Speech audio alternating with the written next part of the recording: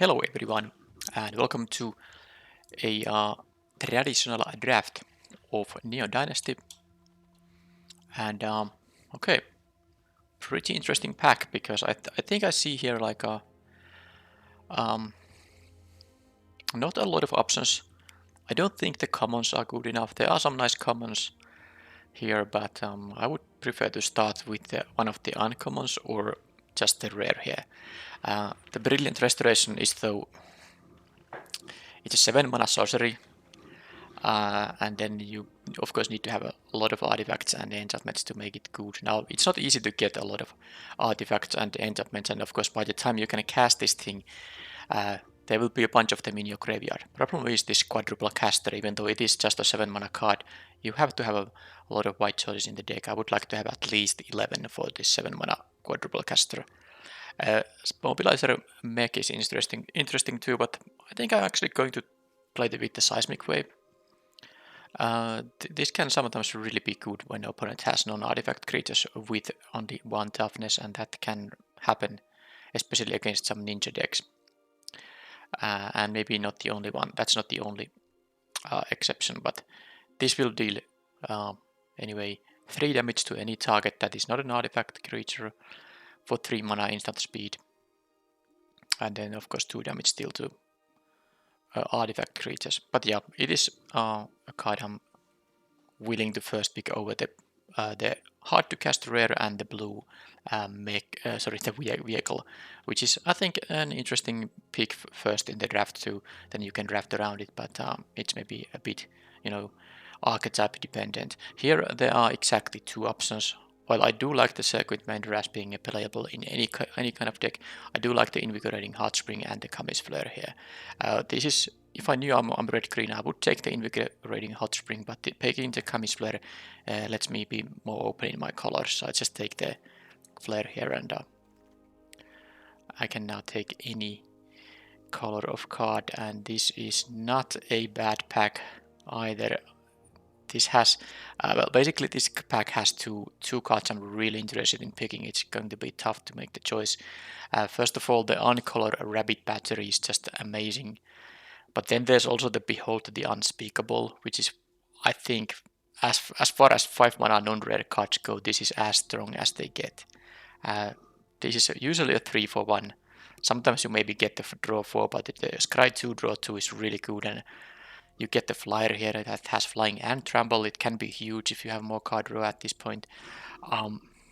It's really good, but the Rabbit Battery is amazing. But this is probably the, I don't know if it's the best non-rare 1-drop creature in the set, but it's amazing, and I have 2 red cards here only, so I will take the Rabbit Battery. Stay on a still stay open in terms of colors, but the blue uncommon is really good, and it is possible that after 10 or 20 drafts I would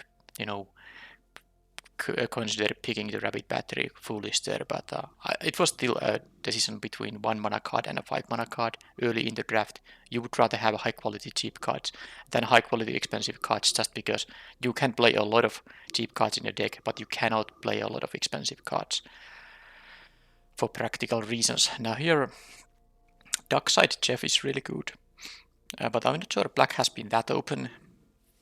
Katana would work if I'm gonna get some number of Samurai Dragonfly, so it's not really the pick here. I think it is a nice card. I really like the Modern Age. I like the Calling Stalker too. The game suggests the Katana. I think I'll take a creature here. I think the Calling Stalker.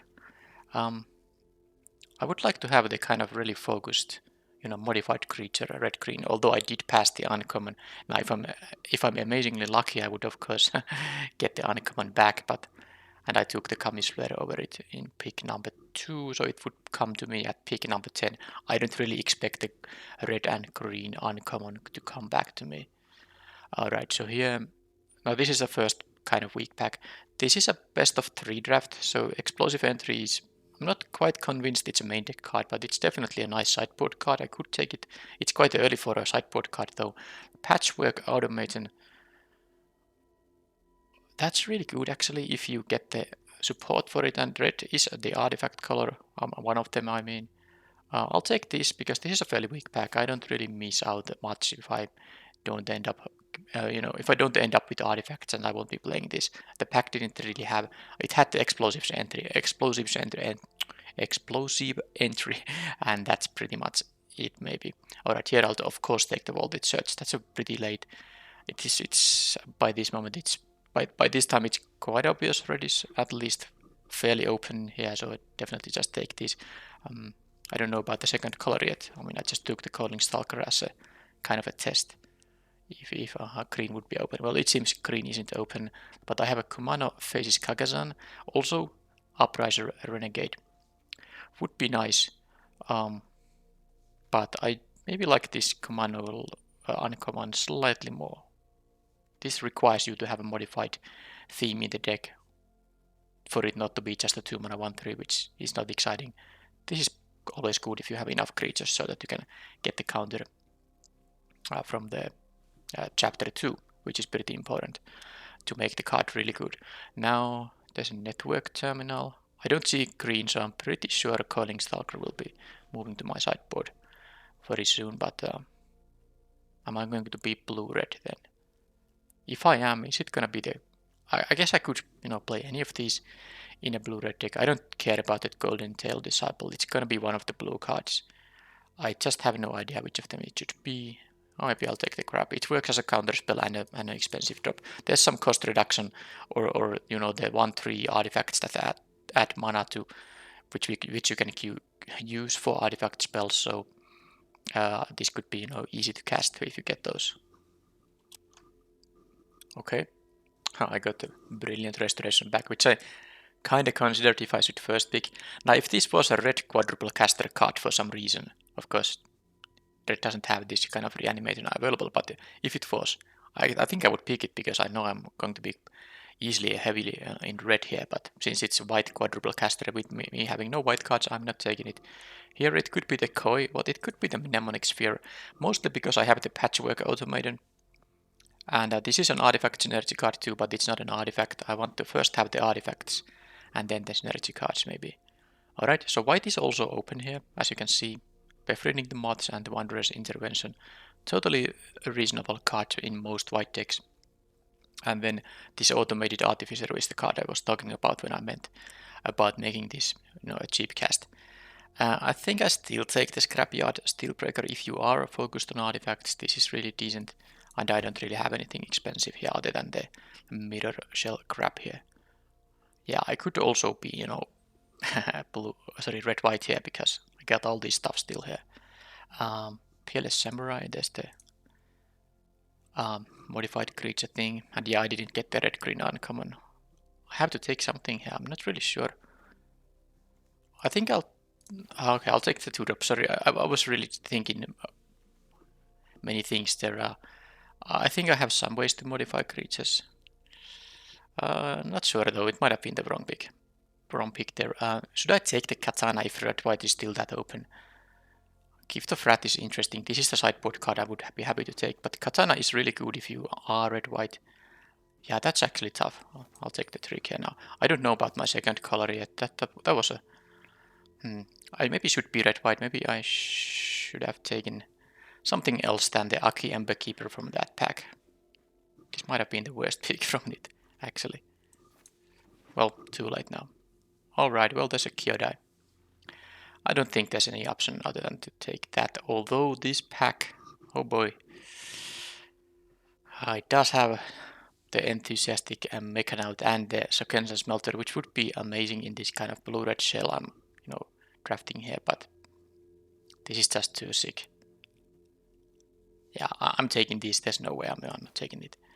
4-mana 3/3 flying with flashes, like that would be already quite nice. But then again, you get to basically a 2-for-1 almost always with this thing because you get the indestructible effect on something that's about to die, whether it's by removal spell or in combat. And then it even remains indestructible as long as this stakes around. So yeah, I'll take this. It's such a good card. And here we got, yeah, of course, another Behold the Unspeakable with, what a disappointing pack. Look at this. I just took the white card. There's like only one white card in here and one red card, neither of which is really that amazing, and the blue options are pretty good here. Oh boy. I could take the Behold the Unspeakable and just move back to red-blue, but not picking either of the, not picking the red uncommon or the blue red uncommon from the previous pack is really, really tough now. So this pack is missing a rare, so this just really didn't have any red or white. It was just an unlucky pack. I guess I'm gonna stick to the white plan now. I'll take the Repel the Wild. It's actually a decent sideboard card. I don't like to play it in the main deck, but this is a best of 3 draft. Okay, another rather weak pack, but it has a Wanderer's Intervention, which I'm happy to take here. Why not? Also Ninja's Kunais. It's not bad. I should maybe cut the blue now. With the Kyodai here, I should be red-white. I'm actually regretting this Ember Keeper pick. I should have taken any of the other options. It would have been better for this red-white, although I didn't know at that point. But I'm not sure if the Ember Keeper was gonna be good in any of the possible archetypes, which were, mostly blue-red at that point. But whatever. Okay, here I get the Blade Blizzard Kitsune. It's just too good to pass up, so I'll take it. Alright, another Rabbit Battery, easy pick here. There's another Ninja's Kunai or the white and the red cards, which are, could play them, but this Rabbit Battery is the best card there for my colors at least. Probably could have been. I didn't even check the other options that accurately, but I think this could have been the best card in the pack. Okay, now this pack has, well, it has some options. I might even be able to get the lifelink from this thing at some point. Well, I would have to pick up some more enchantments, but I'm taking the Sokenzan Crucible of Defiance. It just replaces a mountain, and then you get this 2 tokens option when you don't need the land anymore. These are so good because these don't even enter the tap, so it's just going to be a better than a basic mountain in this deck. Yeah, I don't need these kind of playable cards. They are not strong enough to pick over the land, which is just a strict improvement to your deck quality. Alright, now I can take a Ninja's Kunai here over pretty much nothing else. Alright, I do like the Imperial Oath. I don't need the Artificer anymore because I'm not playing that deck.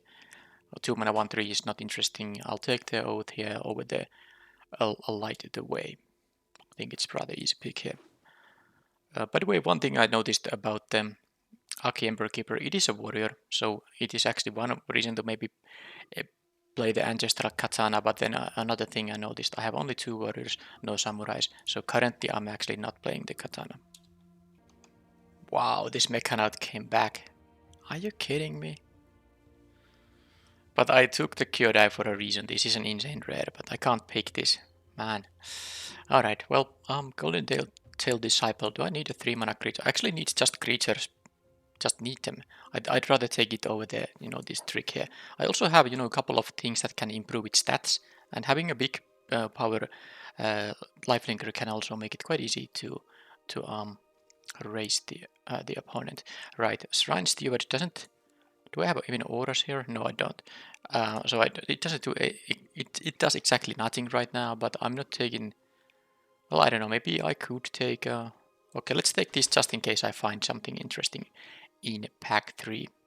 Okay, sure, I can take the assault, but don't think I'm gonna play it. Well, this is the only on-color card. Dragonfly Suit isn't the worst. Okay, the 7-Tail Mentor. I might, have some slight modified theme in the deck, and the Aki Emperor Keeper might be okay. If this makes you a 1 token, it's already good enough, and if you get more than that, it's gonna be quite a nice 2-drop. It's only bad when you don't get any tokens and you play a 2 mana 2/1. That's when it's bad. At least currently I don't care about the enchantments in this deck, so the fact it is an enchantment might not matter too much either. Okay, last pick, Boon of Boseiju. That's interesting. Alright, yeah, this would be a nice thing to first pick sometimes in a draft, because there's a lot of abilities you can not counter, but copy from enchantment sources in this limited. For example, every saga's first 2 chapters could be nice things to copy. Alright, so here I'm red-white, that's not going to change anymore.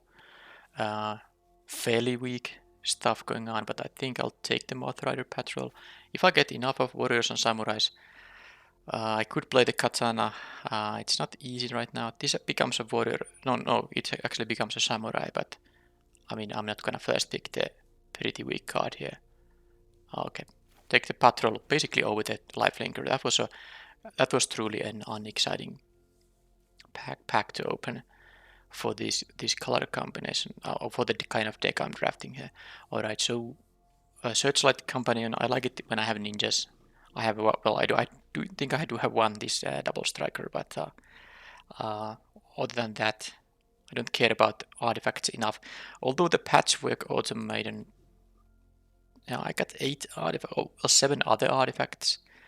I still don't think the companion is worth it. I like the befriending the mods here. I can still have something a little bit expensive in the deck, so let's take that. Okay, can I get something actually good here? Doesn't seem to be the case, sadly.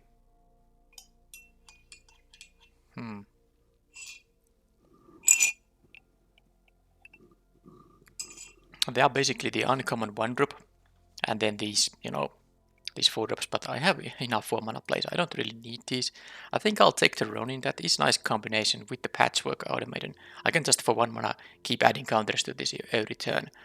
And then, I can channel this to discard a card. Sorry, to draw a card. Discard this to draw a card. I'm not sure it's gonna end up in the deck, but I could see it happening. Well, here I'm taking the Kitsune here. It's also is a samurai, so, works with the katana. Yeah, the Kitsune is too good. I'll take that, for sure. If I had multiple of these Patchwork automatons, maybe then, but I don't think even then. This double strike 2/2 for 3 is just such an efficient stat line. Plus, I do have multiple ways to, make it even bigger. For example, even imagine curving out with Kumano faces Kagazan on turn 2, for example, and then on turn 3 you got a 3/3 double striker. That's crazy. Alright, here I wouldn't mind having the patrol, but Seismic Wave is just, it's gonna be the pick here, right? Yep. Okay, here I see Touch the Spirit Realm. Just a very nice removal effect on artifact or creature, and the channel isn't bad. Sometimes you can save your own guy from some nasty stuff when you don't really need to remove anything. So let's do that. It also basically counters combat tricks because you can blink an opponent's thing too, not just your own things. So opponent is trying to pump their guy with with something you can just blink it away to effectively counter the pump effect. Alright, so here Spirited Companion over pretty unexciting cards. The emergence thing is not really that good. Mostly because you have to use the land as a creature. You can think about it being a 3 mana 3/3 hasty thing, but as long as you keep attacking with it, you can't use the land for mana, and that's basically requiring an upkeep cost of 1 mana, and that's really harsh. Right, Tempered in Solitude, Akironing. How many samurais and warriors I do have? Artifact, okay, well, let's see, 3. That's like 5. It's here and there. I'm not sure I'm gonna be the samurai deck. I think I'll take the Tempered in Solitude. This will draw me cards. Well, not exactly draw, but you get the point.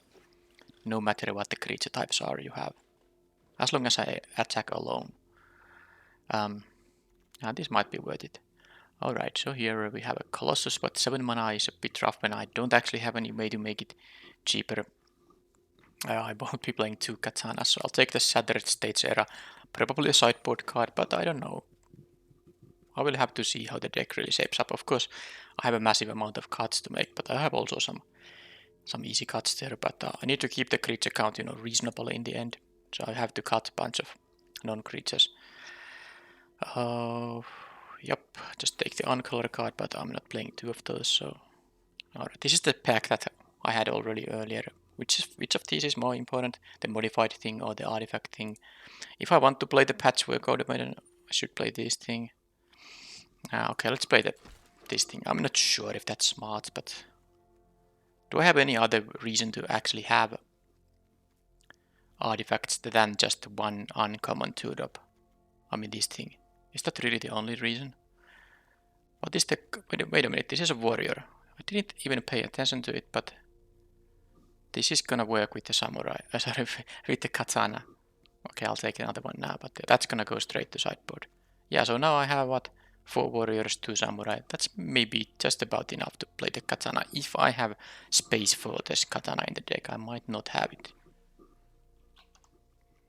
Okay, I don't think I'm playing the 2 ambitious assaults. I'll just take the green card away, which is not that great either. Okay, I have a Regent's Authority. Let's take the samurai, but I can't play all the 4 drops here anyway, so I think I'd rather keep the...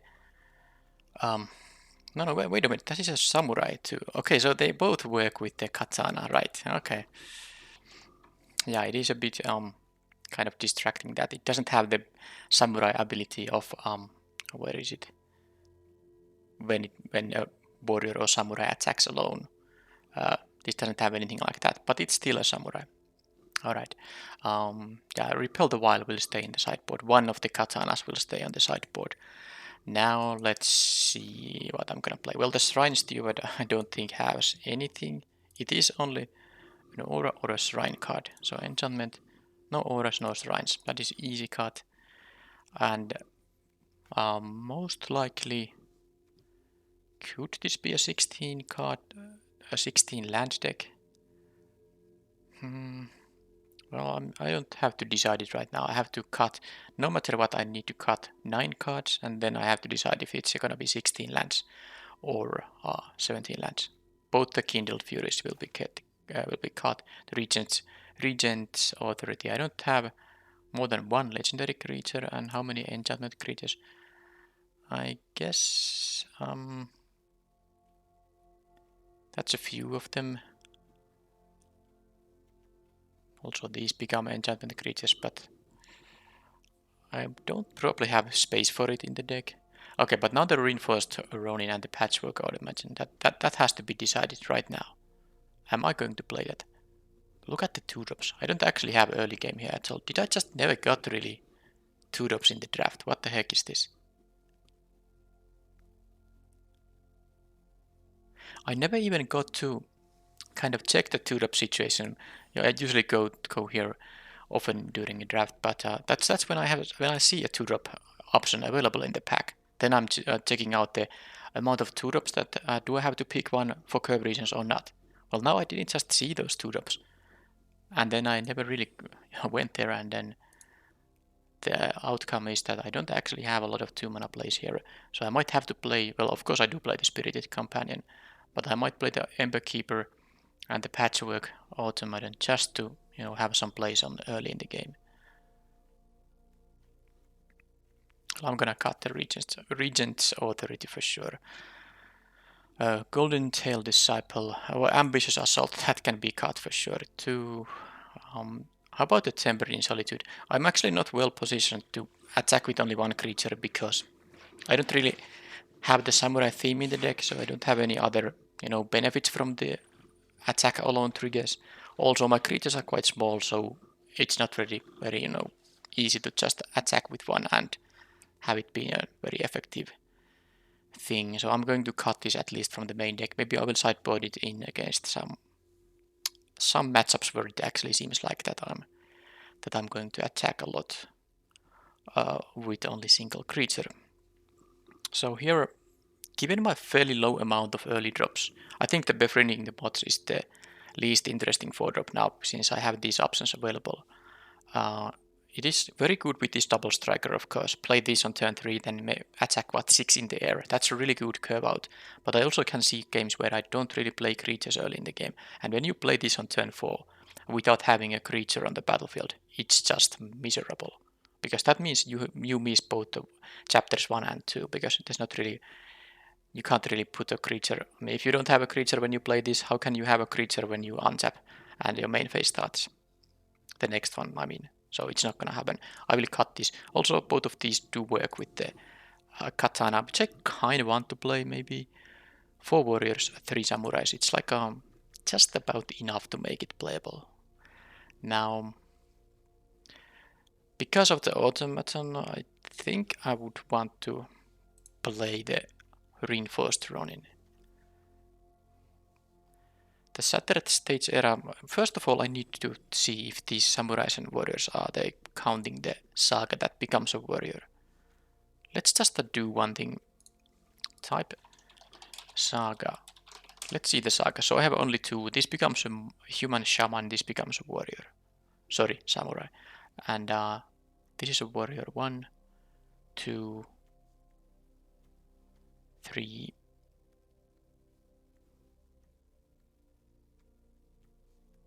4, 5, 6, 7. Okay, I have 7 warriors and samurais, and then this is an 8th one, which doesn't actually show up in this creature type count at all because it's on the backside.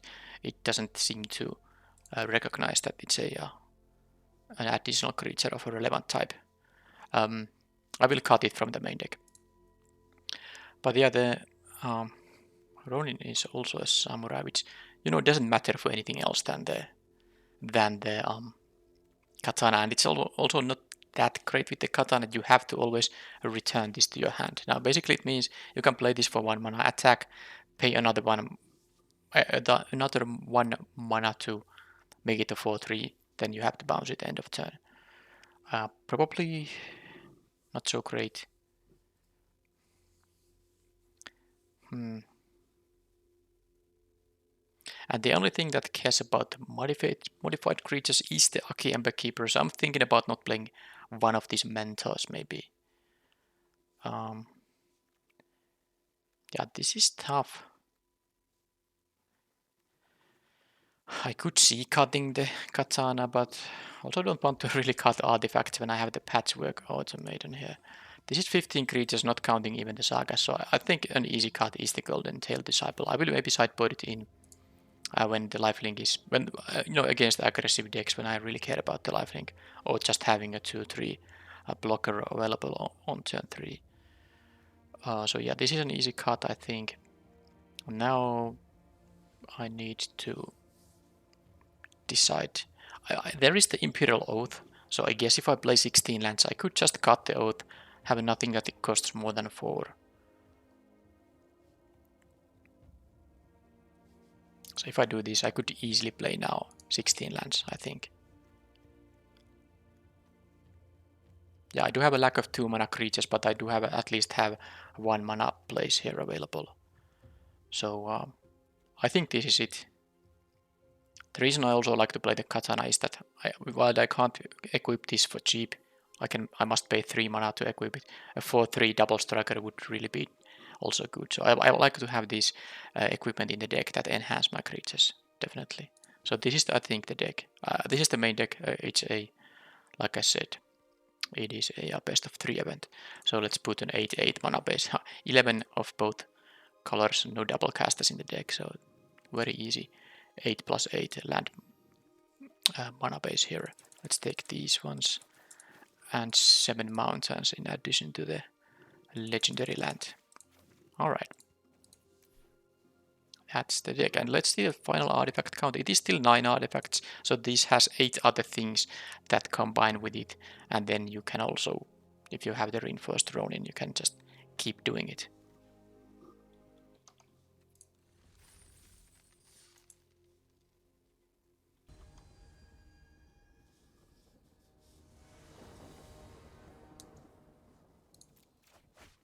Okay, well, I have only 16 lands, so most of my lands should be, most of my draws should be non-lands.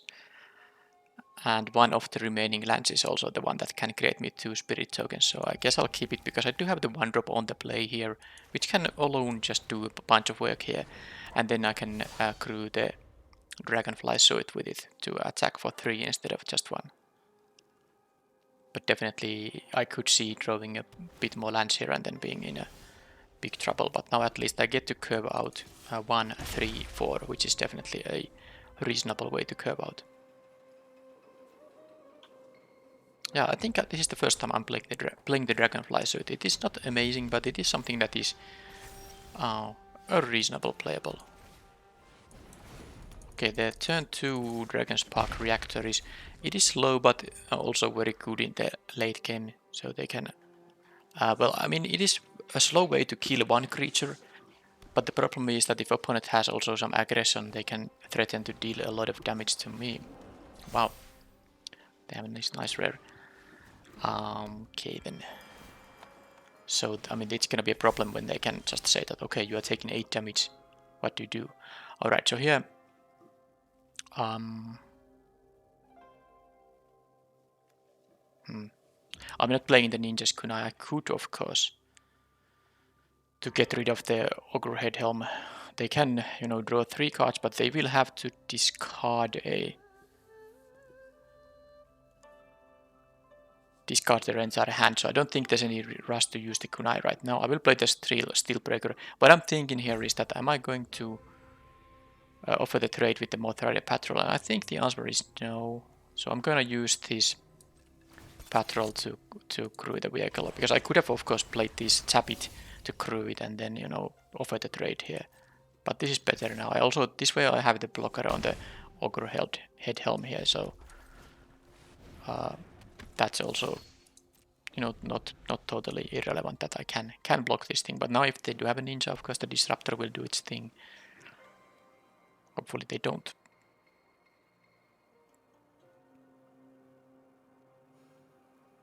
And yeah, they can kill the Steel Breaker with the next counter, but it does cost 4 mana. Okay, they have a Ninja's Kunai. Well, if they want to kill the disruptor, the patrol, they can do that. Or the Dragonfly Suit, but they of course need to equip it first.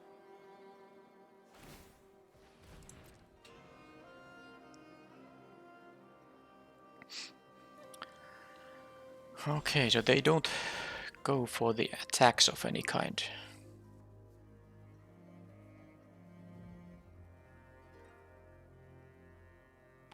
I wonder what's the play here. Because of course I have now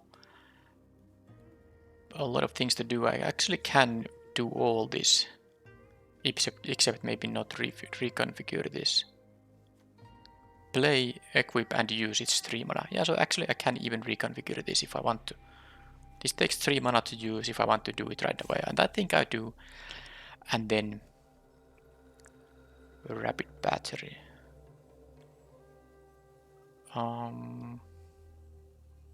Okay, let's try it like this. First do this. I will try to equip the Mothrider Patrol.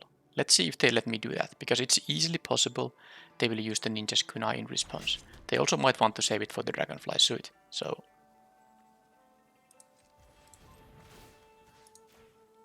Let's see if this is gonna work now.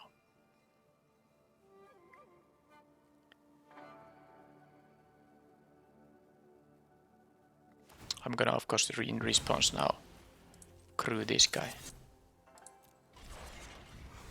And I lost the patrol, and now the question is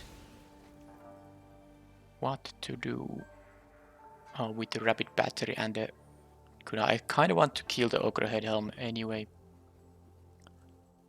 So maybe what I do is exactly that. This has haste, so I should just attack with now these guys, not give them any information,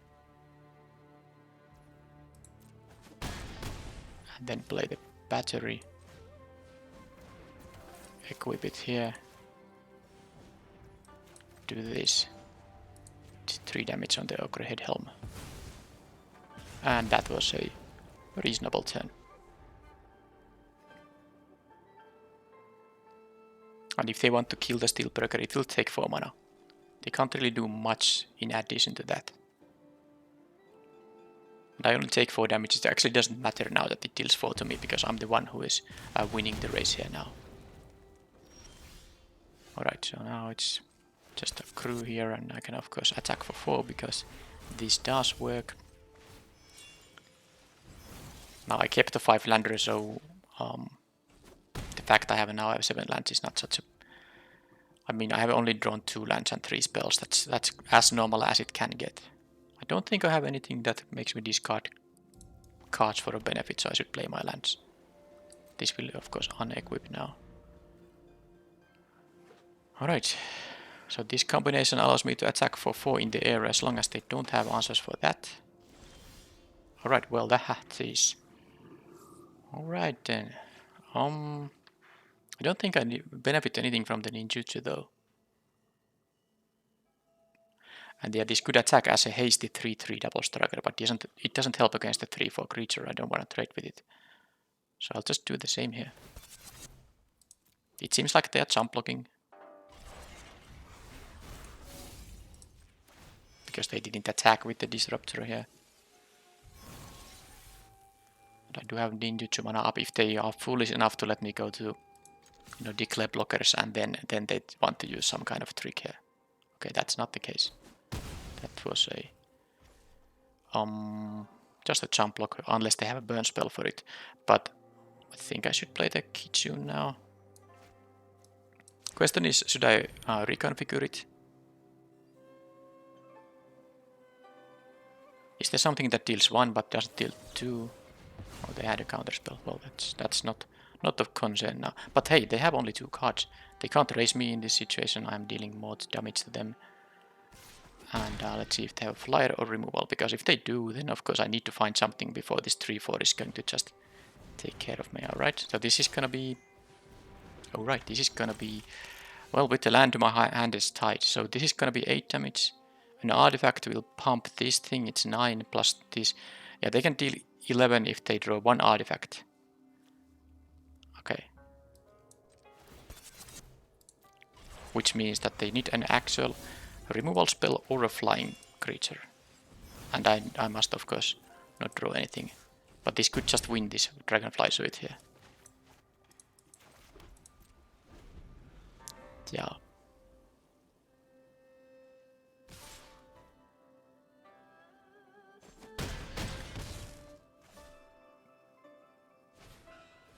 And they had a flyer.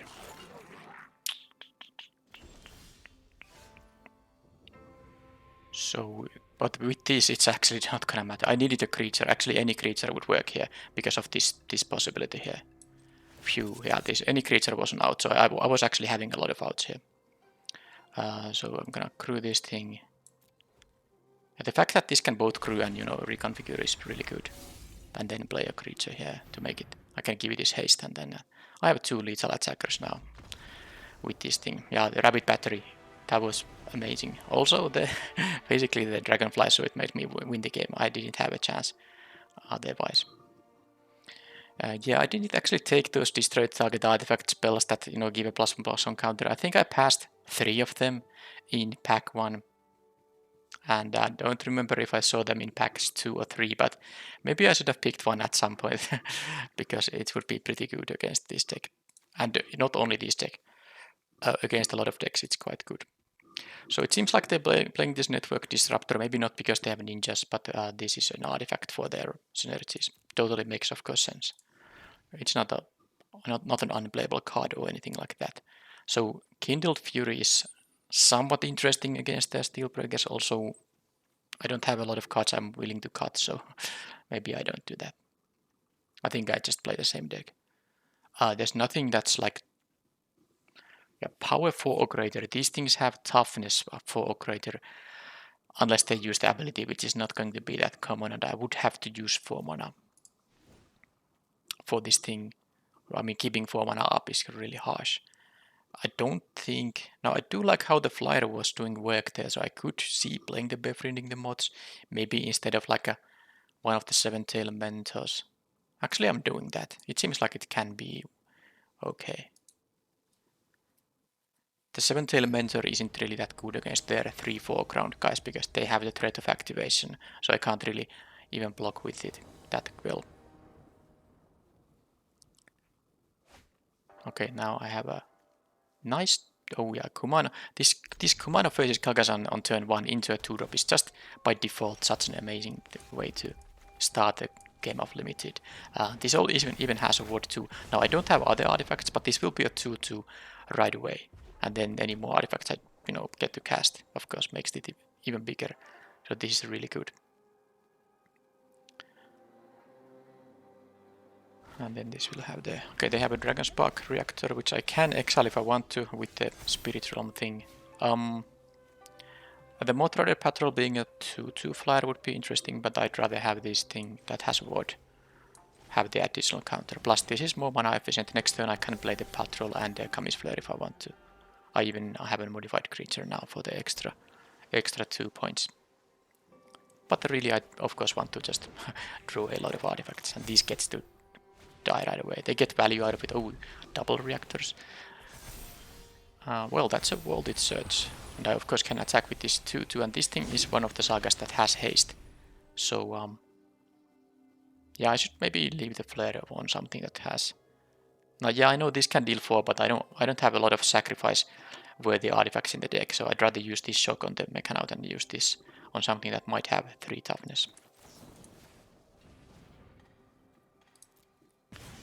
It goes to exile. I don't know if it's gonna matter or not, but that's what it does.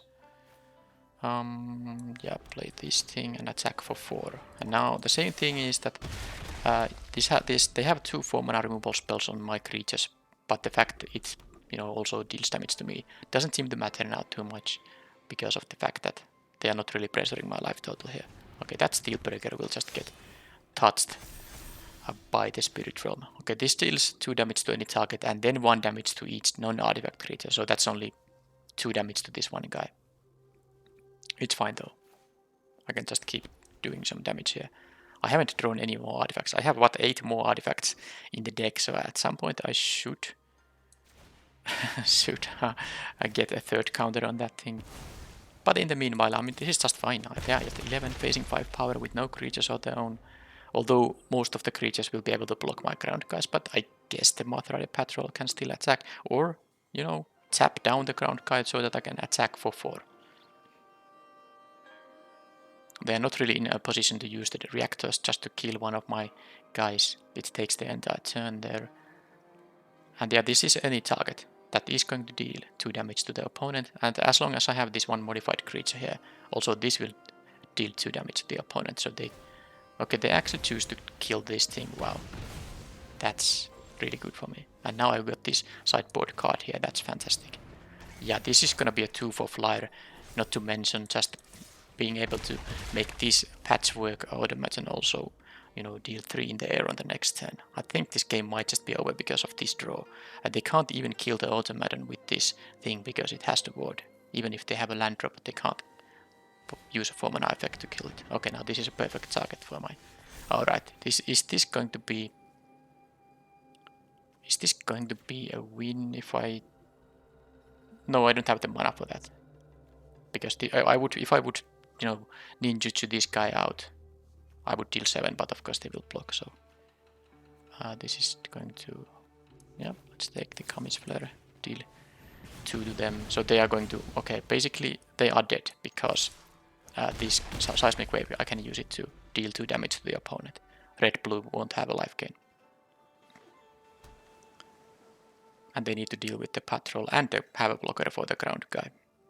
Even if I don't have anything else, which I of course do, and then I'm gonna have a 2/4 flyer coming up. Yeah, this shows how the Dragonspark Reactor, you really need to have an aggressive deck when you play these, because it doesn't really benefit that much if the opponent is the one, attacking you all the time. Because then this is only a destroy a creature for 4 mana. It's not really that great in that case. You have to be able to pressure the opponent's life total at the same time, so that the damage to the player will matter too.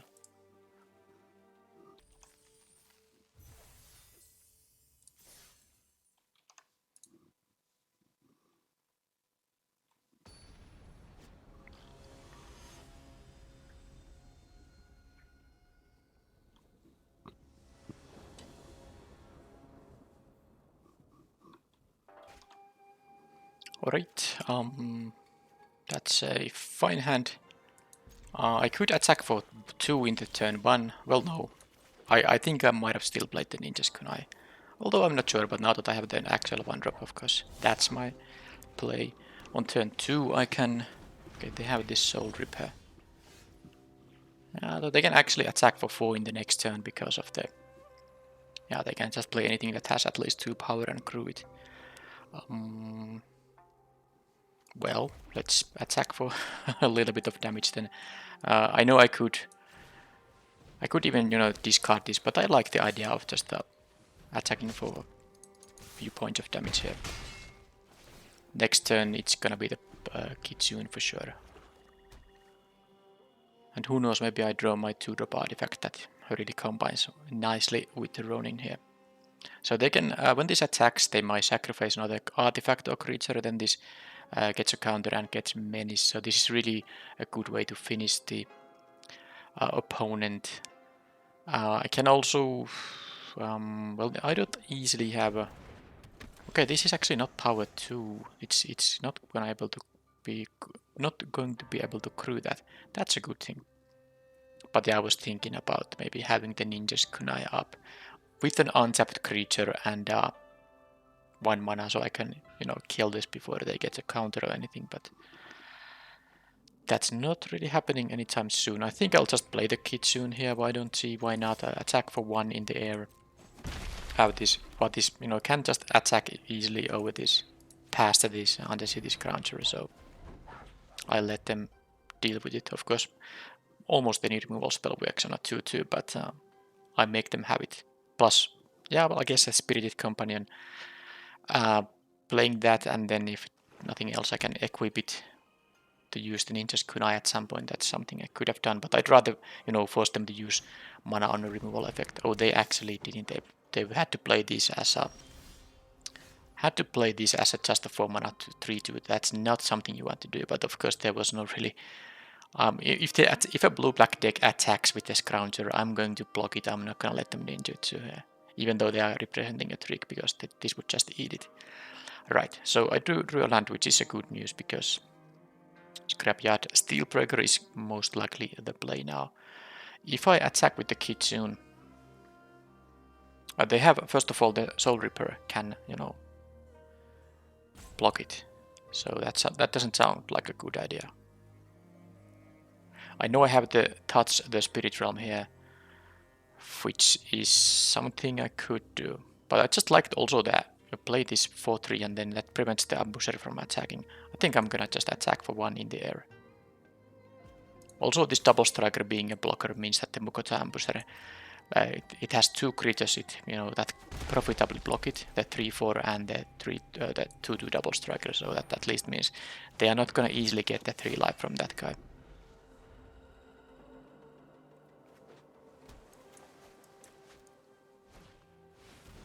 Now that is really good, and sadly this doesn't work on enchantments. If it did, I would just snap, eat it. It would be such a nice one, because this is one of the sagas that has a good chapter 1, but it doesn't net you a card. So if you get to kill the saga before chapter 2, that's totally fine, 1-for-1 situation. I don't think they're gonna sacrifice anything, and I don't think I'm gonna jump block. So let's take 4.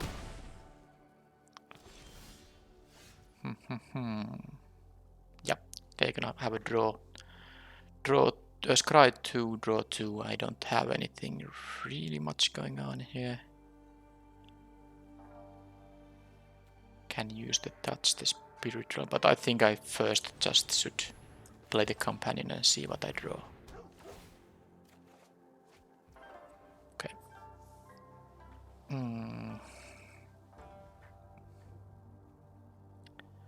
Well, I don't really see an attack with these 0 or 1 power guys.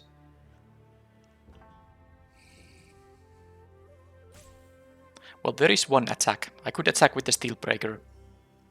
If I play the Reinforced Ronin, then it can, it can threaten to be 5 power still, because I could sacrifice the Ronin and the Ninja's Kunai to kill the Scrounger, but I'm not sure that's something I want to do. And I'm actually pretty sure I don't want to do that. The question is, am I gonna play this Touch the Spirit Realm? I think I'd rather just kill the 3/2 thing here. I might actually, I have only 1 timeout. I'm thinking how good this is gonna be. I don't think it's that good. So let's just start, do this thing instead. And I equip the Ninja's Kunai on. Oh, I can do that, but I don't have to show to the opponent I have this thing available. It's more valuable maybe in my hand. Although it requires 2 red if I draw a red spell there. But I don't want them to know about it. I will equip this on the Spirited Companion. This is the least likely thing to get killed. Now, using it requires still using mana, so I can't do it, but at least that's done now. And I will just, no reason to attack here. And yeah, I'm not sure if the Lifelinker is kind of annoying, because I try to raise the opponent now, but the 4/3 is of course better than the Lifelinker. But it's also something I can always deal with the using the touch, the Spirit Realm. I might also have to deal with the flyer with this card, but it won't be that big now. Well, they do draw cards, 2 cards now, of course, but they will also have to play some cards. So this will be like a, well, maybe it can still be a 3/3, which is maybe a bit too large. So I could save this touch, the Spirit Realm, to deal with the creature that's gonna appear, not now, but on the next turn. They scry 2 to top, that's not necessarily what I wanted to see there. Yeah, when you have Behold the Unspeakable, that's basically a game plan by itself. You get so many cards out of it and the creature that you can just make sure you don't, lose to any opponent's fast strategies. They have multiple of these ambushers. That's good to know when I, in the other games in this match, I try to raise them. I will keep in mind that they can ninja out these 3 power lifelinkers just like that. But yeah, they have 3 cards now in hand. This doesn't have many unless they sacrifice something, so I guess I could have.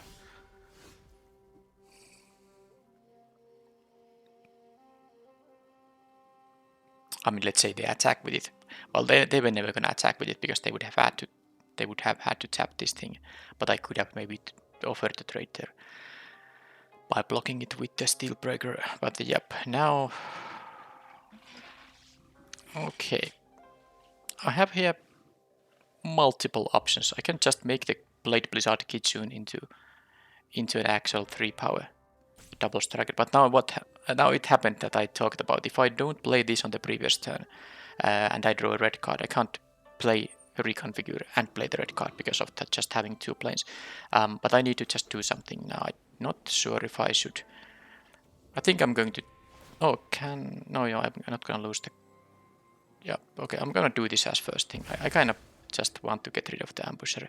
They will crew now, of course, but that's fine. Because I do think I'm going to maybe.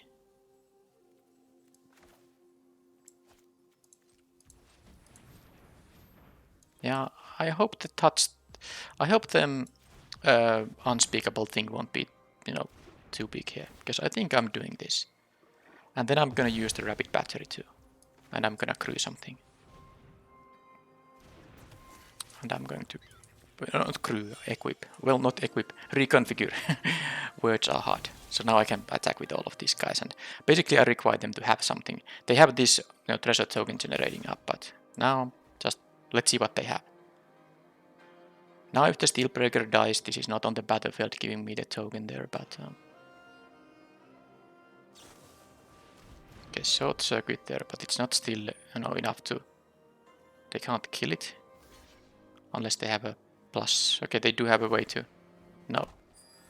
Okay, they just randomly blocked it. Sure, but they took now still 5 damage in here, and they are down to 3 cards in hand. So this will be a 3/3 now. If they play any cards, it will be even smaller. So it's not because of the rabbit battery and what they have here. It's good enough.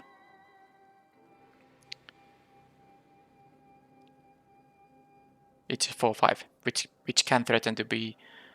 Well, no, actually it doesn't. I have only the 1 artifact. If I sacrifice the rabbit battery, it becomes a 5/5 instead of 4/5. But I do have a tapper. Now, if I don't have anything, let's say I draw a land, I can play my Ember Keeper. I can tap down a thing. And now they can make this into a 4/4 now by activating the sphere. But they choose to play a card instead. So now it's just a 1/1. It is, okay, they have a treasure token, so they can still make it into a 2/2. Alright. This has all the modes, Death Touch and Menace, which is annoying because this can. It trades with this, but that's why I have the Mothrider Patrol here, so I don't think it's that bad.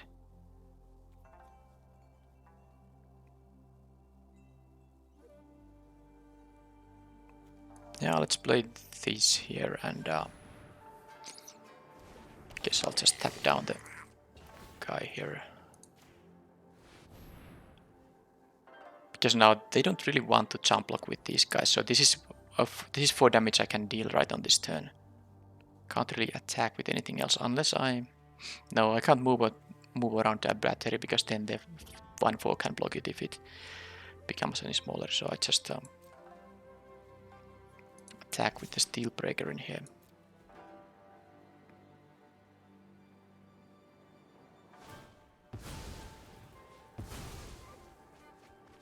Sorry, it's a 3/3. I said it was a 2/2. It's gonna be a 3/3, of course, because the card drawing thing was already on the battlefield. Do I want to move around this thing? I don't think I want to. Normally when you play a card to draw 2 cards, you net 1 card in your hand, but of course it was in the battlefield already, so this went from 1/1 into a 3/3 there, but that didn't affect the math in any way. They have 2 flyers now, so I can't really push through with the Moth Rider Patrol here, even with the help of the Rapid Battery. That would have been one game plan if they didn't have the Vector Glider. If they get to gum up the ground, I can just, attack with tap down 1 flyer, then attack for 2, and it's a very slow. Oh, come on. Are they in a position to actually raise me?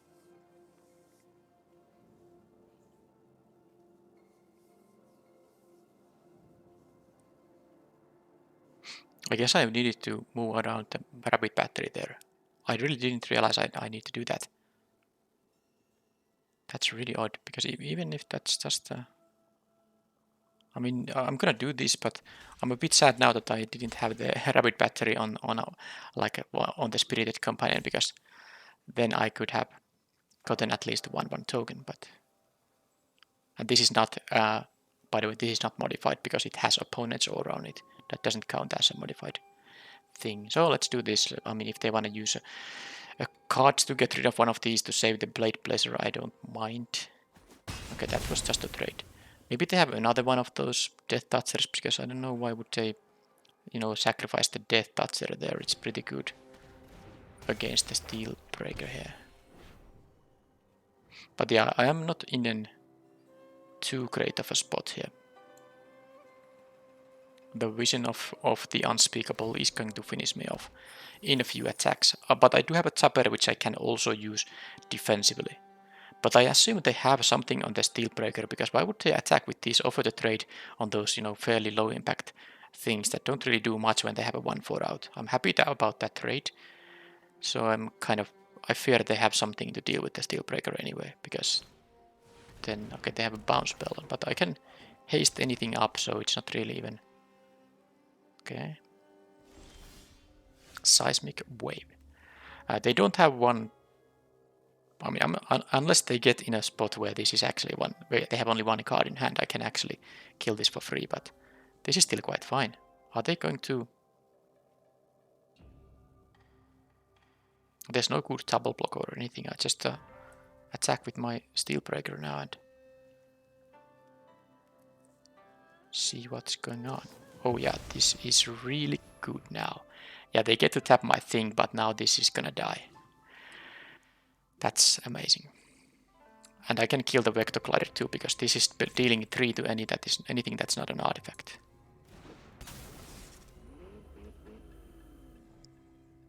So that gets tapped. There's nothing I can do about that. And then I can choose to not attack. Play the Seismic Wave on the Vector Glider. Nice 2-for-1 here. Target opponent controls, alright. That's 3 on the Glider, 1 on the Vision here. And then I can play the Patrol, which I can also, if I need to, I can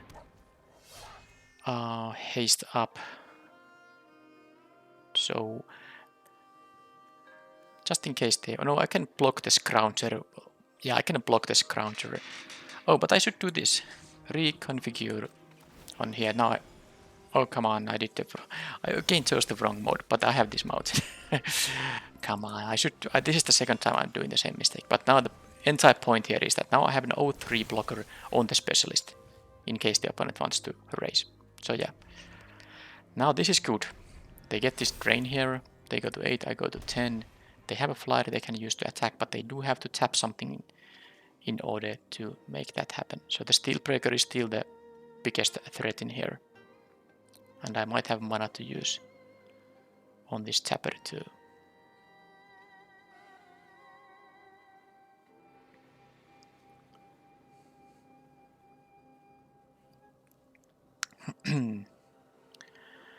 Yeah, but it's close now. It really depends on what they're having here. That they could have a ninja they can make happen now. I mean, there was a chance that I should have maybe put the, the battery on the Motorrad Patrol to trade here. It wouldn't be the worst trade, but I do like the tapping ability. Now it seems like they have a ninja though, which is annoying. Not the card drawing ninja. They get to put an artifact on the battlefield. They deal the same amount of damage they would have been dealing with the hoverbike, so that's not the worst. They can of course use this as a tapping effect, so it's not so bad, but also not that. Okay, Autumn Madden. That's a 1-1. I can reconfigure it though.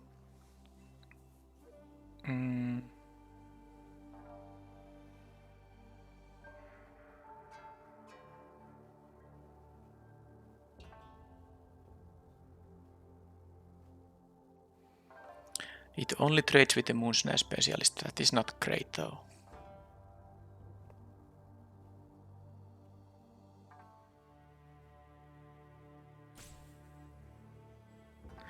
Well, I have to do this.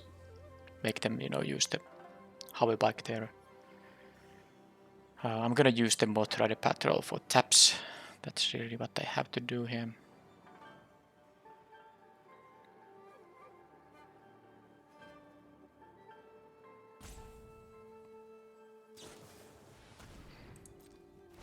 Unless they choose to tap it now, of course, which they don't. And then there's no attack for me.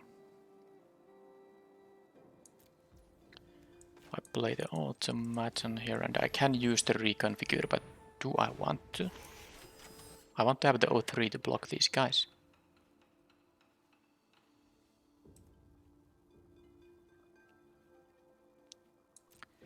Yeah, this is gonna be tough now. This is, I think I'm with the current board state, it's very even-ish. This is a problem they need to deal with, but they have a lot of jump blocks available for that. Now, if I don't tap anything right now, they can attack with the 2-2 and the 2-4. I can block only one of them. If I tap something, they will use that to, crew the hoverbike.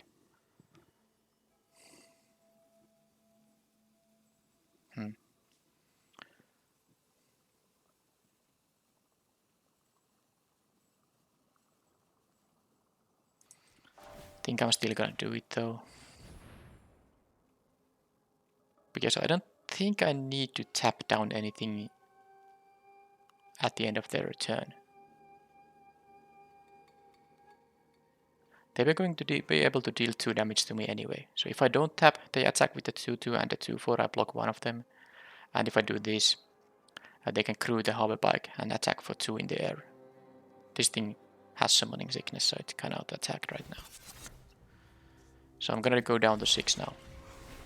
And if they have more ninjas, I think then I'm gonna be in trouble unless I draw some very good stuff. They have been able to tap down this twice, and that has been, of course, very relevant. At least they didn't have a ninja in there. So now I'm going to use the correct reconfigure option. Attach to target creature. Attach here. Now, finally. And then I will try to attack if that's gonna finally work or not.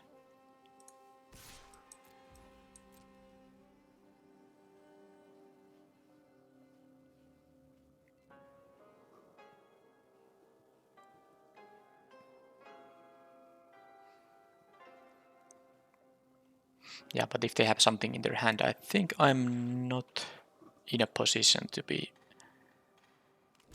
winning this game. They choose to maybe just jump block, that would be good news. They get a treasure token, hopefully it doesn't matter too much. And now I can reconfigure it to move it away because this has still remaining toughness. I mean, its toughness is 5 now. It has only taken 2 damage, so it can go back to toughness 4. And they have now a menace creature they can use to attack with. I'm gonna attach this on a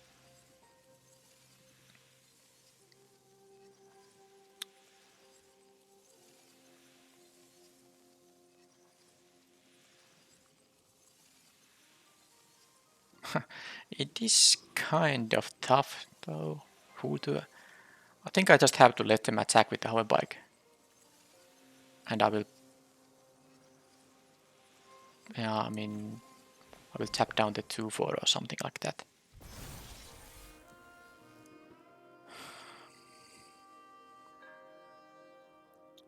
Yeah, I think that is the thing I have to do. So it seems like they are holding just lands because they didn't play anything unless they do it right now.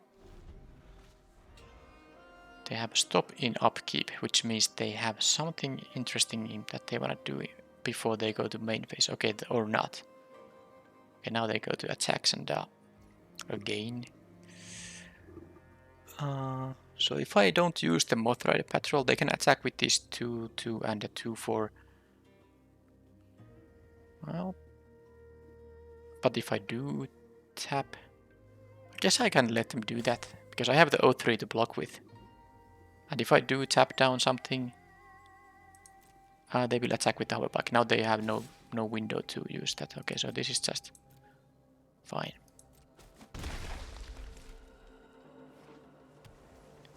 So now tap down, of course, something. If they wanna jump block, maybe I'd rather be the cover technician or the flyer. So I will tap down the scrounger now this time. They might just, you know, not jump block at all. Okay, the lands really, they kind of don't even need this. This is, I mean, it seems like the opponent is also just flooding out, but this doesn't really. I think I have a bit hard time here. Bit hard time, or do they go for the jumps? Yes, they do. Okay, that is good because now they start losing. I mean, I can actually attach to a automaton this time because I can double block the menace guy now. I don't need the O3 for anything.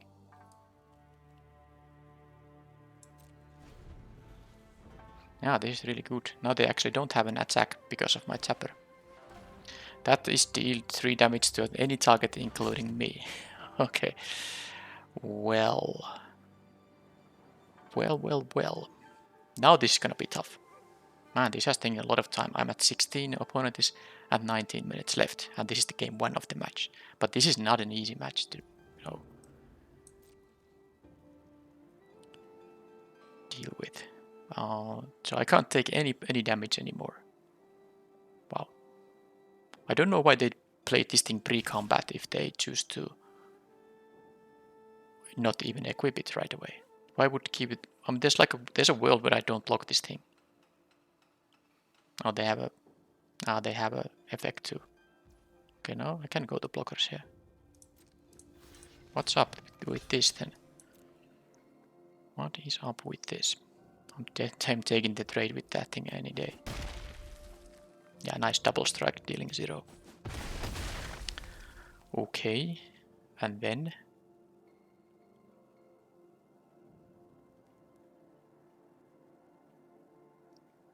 assuming this was the draw this turn, they might have only but 2 lands in there.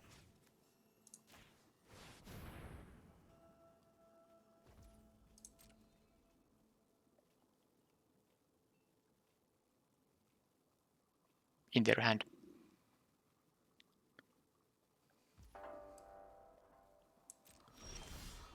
Well, I keep drawing lands, which is making things at least simple. I cannot simply afford to play around things. That's what it means. Do I have a victory here though? Imagine if I drew another one of these because I have 2 of these, I think. Or do I? I think I do. Or maybe I don't. Which would be nice to ninjutsu this guy out. Alright, so I don't have a...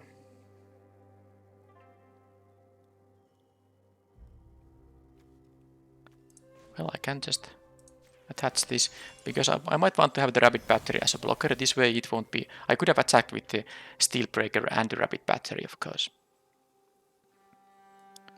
But this way the rabbit battery stays untapped. So they just had to take the damage. So it seems like they are also holding a lot of land. And then I think this time I'm going to unattach. So I will actually have a 1/1 blocker just in case. I can block the Scrounger with the... This is tap target creature, but yeah, I think this is how it goes. Oh, this is tough. I'm not sure if I need the 1/1 blocker, but can there be like a hasty thing? I don't know. Yeah, this can block the Scrounger and... this taps a creature, so I can't tap the hoverbike. But at least that's 3 damage I won't be taking myself now. Patchwork Automaton. They need a blocker. I have lethal attacks coming up, so they need the... Okay. Finally something. So this means I have a...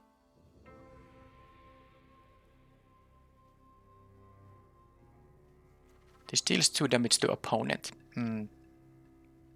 Are they gonna jump? If I kill this, they will crew this, but then they will have to block with this thing though. Jump block with it, I mean. Non-artifact. Well, they have an artifact grid, so I have to target that thing there. Okay, I force them. Force their hand here.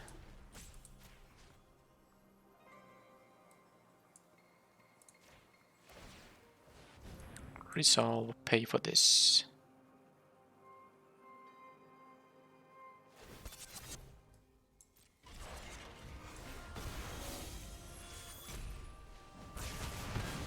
And then they have to block the steel breaker because otherwise it will be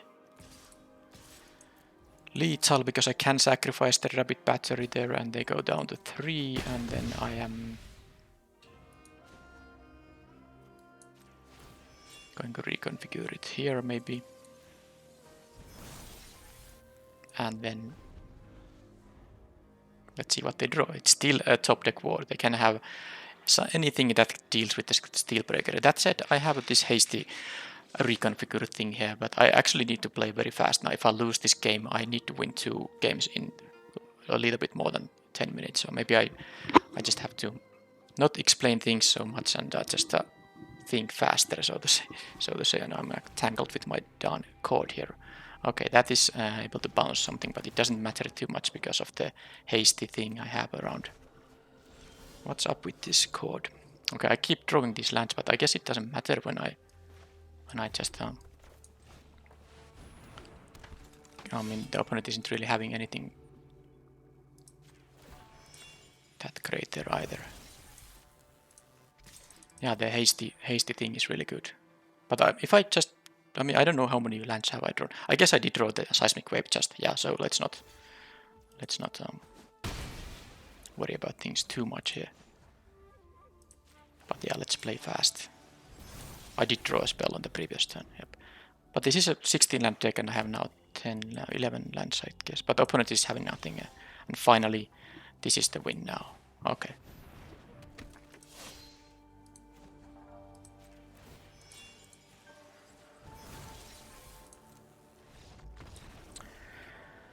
Wow, what a game. But now I still need to play fast, because if I lose the next game, then I will need to win the last game with the time I will be having left. Is the buffering the mods again a thing I want to do here? And the Mukocha ambushers are there. Another deck against which I would want to have some artifact removal. But I didn't pick it. I even had a very, very late pick in pack 1 when I took something else over it. So I can only blame myself. Okay, the Scrounger can block a lot of my guys. Repel the While won't be relevant. There won't be a lot of enchantments or high power creatures. Kindled Fury, probably not. This +2 +0, not really, no. This thing, this thing. I don't really think I wanna. I guess the Imperial Oath is, even this is not that great against the 1/4 and 2/4 I saw actually. And yes, I do have 2 of these kitchens. That is really decent. Yeah, I think I might want to have, again, do the same thing. Oh, I haven't drawn the Kyodai in these games. That would be making a big difference. I will play the befriending the mods. This can help me, attack with some flying creatures. Okay, that's the sideboarding, and I need to play fast.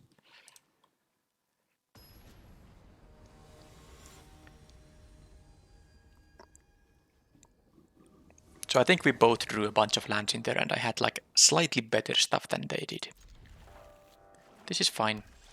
Am I gonna attack for 1 here? I think I am. Every point of damage definitely mattered in the previous game.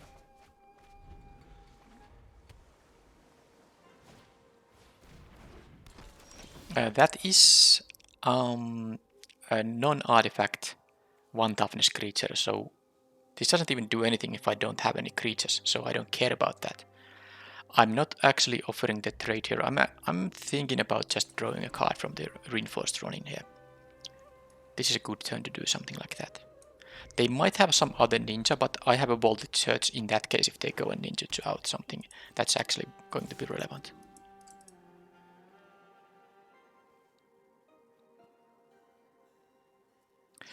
They could have the 3-2. Yeah, that's totally fine though.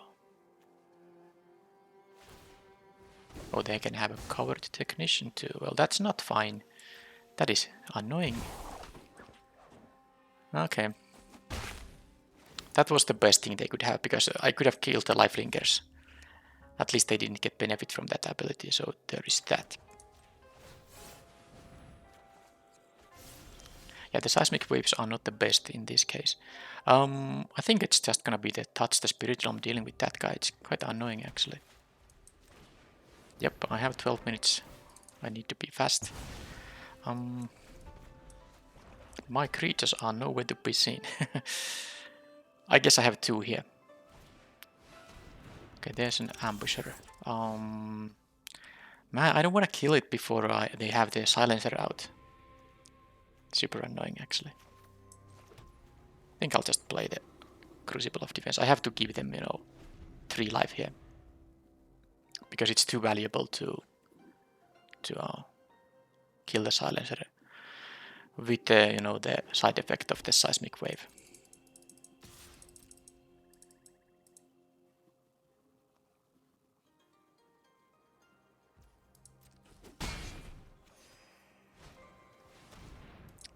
Are they gonna play it?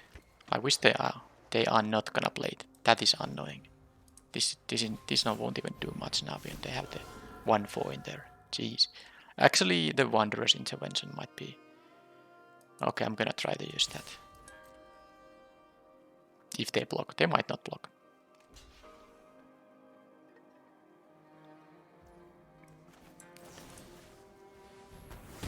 Yeah, so I'm getting a bit greedy with the seismic wave here.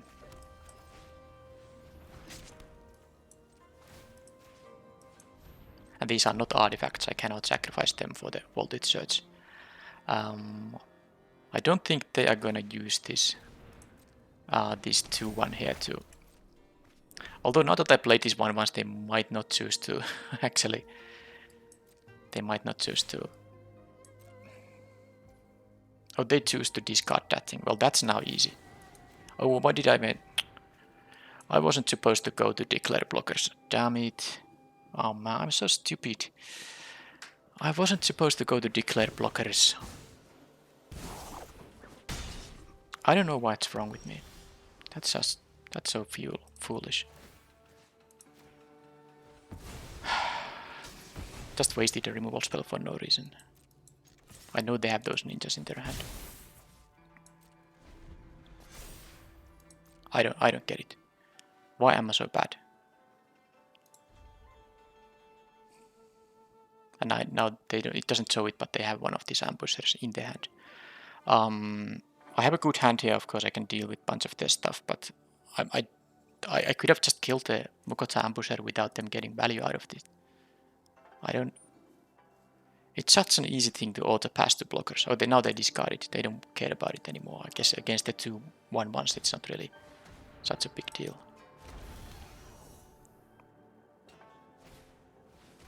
Okay, they get to refill with that thing. I need some creatures, and I need them soon. Well, that is a creature. They don't have any crew options, nope.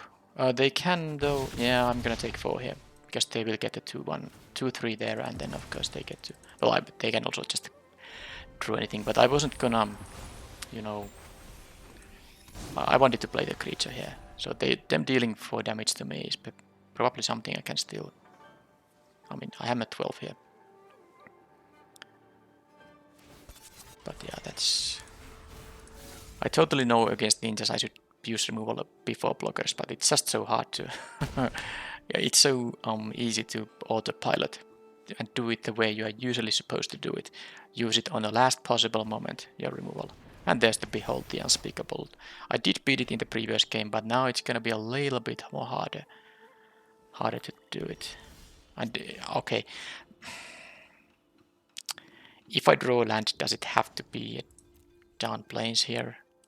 Okay, I need maybe concede because of lack of time here. But I still have a chance to win here, even though they have this amazing card draw and the flyer very soon. I do have removal spells that will deal with a bunch of their things.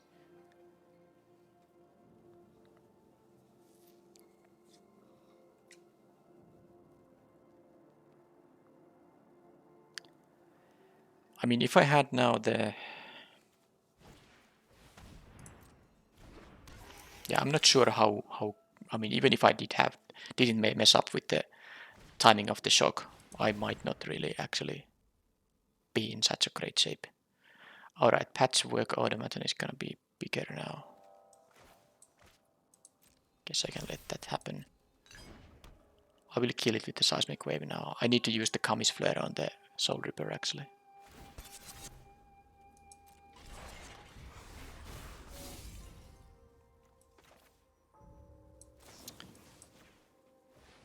I can use the Seismic Wave number 1 on the Vector Glider and then I can kill this with the other one because 2 damage. Oh, unless they have an artifact here. Yeah, that's of course. That's going to be annoying. But yeah, the fact I have only one mountain here that's definitely hurting. Because I have 5 planes which are totally unnecessary here. Okay, Motorhead Patrol. Yeah, imagine if I had to... Wow, if I had 2 mountains here I could... Well, okay, I suppose I don't. No, I was wrong. I don't have the mana for the ward cost. But I would have been able to use this twice to also get rid of this. Now it won't happen.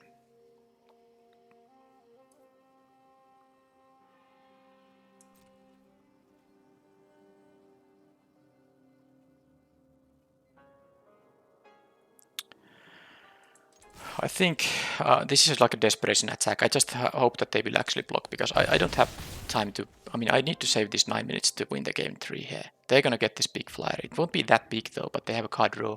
They have these. I have only these ones here. I think I need to save time. This is a game I theoretically could still win if they just draw a lot of lands and I start drawing only business. But with the time situation being what it is, I feel like I was supposed to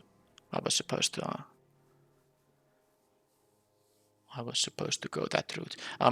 It's quite I'm thinking because my 2/2 samurais will be quite good. I'm thinking about running the 6-drop here, but also I'm only playing 16 lands. It's possible I actually don't get to.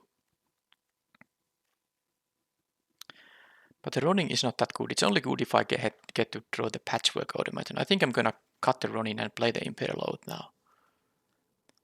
How about the Regent's Authority? How many enchantment creatures I have? Oh, very few. Can I draw the Kyodai at some point? Alright, this is the deck. I will play the Imperial Oath now. Just as a flood protection. I have 1 expensive card. If I never draw more than 5 lands, then at least I have a lot of spells. And if I draw more than 5 lands, I maybe can draw the Imperial Oath also. Okay, now this is a nice one. 1-drop, 2-drop. Decent 4-drop options with the 3 lands and both colors available. I like it. Hopefully the 8 minutes should be quite enough here now, given this pretty fast start I'm able to do here. These are so amazing because they enter untapped. I don't even have to play this just in case earlier. I can see on the last possible moment if I draw the 4th land or not.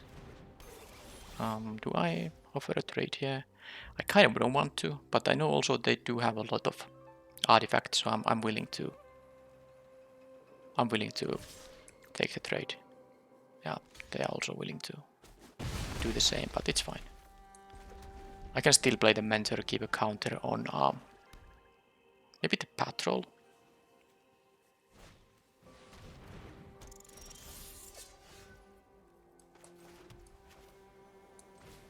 I could also give it to itself, but this could have death touch if they control an artifact. So let's give it to the flyer actually. I can just block this and my flyer will get another counter. They are lacking blue, except that they are not.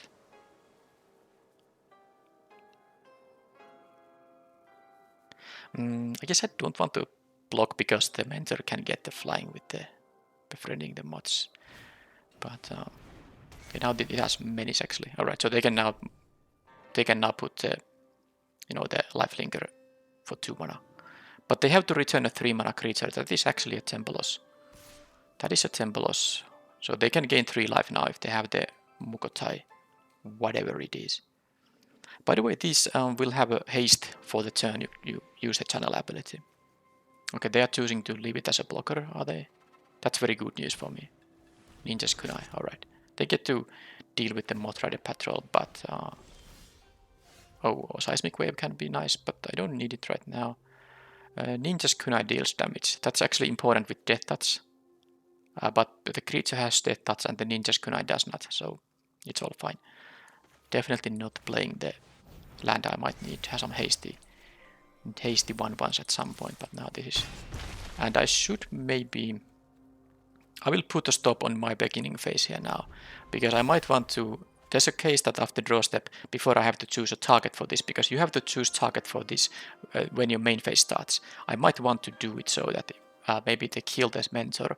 I want to use the channel ability before my main phase starts, so in my draw step basically, which is the last possible moment to do that. That's why I put the stop in here, and then I can have a 2/2 flying spirit token on the next turn. That's mostly if they kill the mentor right now. Because they do have the Ninja's Kunai. I think the Kunai might just be used on the Mothrider Patrol instead.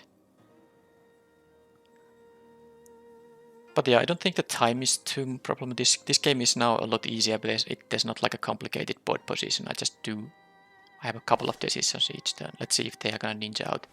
It is really tough to replay the 3 mana card though. You would rather use 1-drops to ninjas out. But sometimes you have to use a 3-drop of course. But they choose not to do anything. They want to use it for the Ninja's Kunai because this also requires tapping the creature, so they cannot both attack with it and use the Kunai. Silencer. Okay, my Seismic Wave just became insane. So now I can simply try to target the mentor here. Or actually a better idea.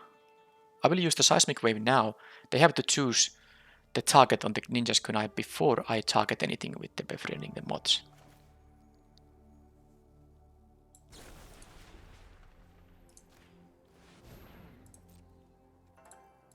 That's good.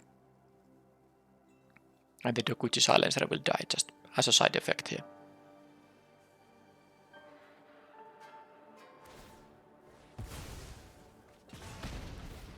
And I get another counter on the patrol here.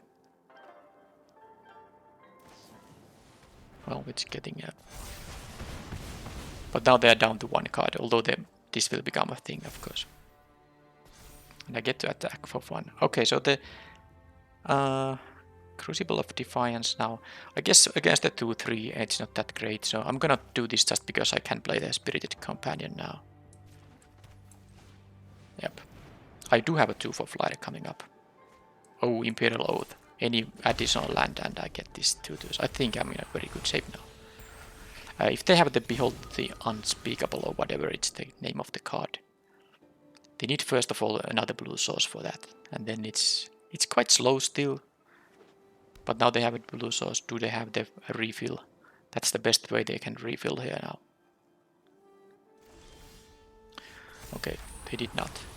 So now I simply play the Imperial Oath here. Yeah, how about this? Kami's Flare first, then the Kitsune thing second, I think. Because the Kami's Flare can kill that. And I do have a modified creature even, so... I think this, yeah, I mean, I only needed like what, 3 minutes or something, like, or maybe 4 minutes. I don't exactly recall how many minutes I had time there, but okay, so now they have a potential 3-4. Kami's player will be a little bit different now.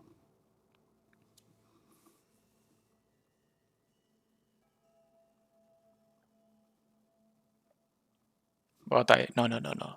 I'm gonna kill this thing first. See if this happens.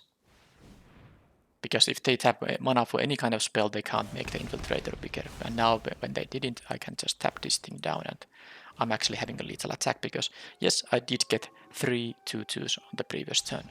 It wasn't just a 6 mana scry 3. It did have a quite impactful effect on the game board too.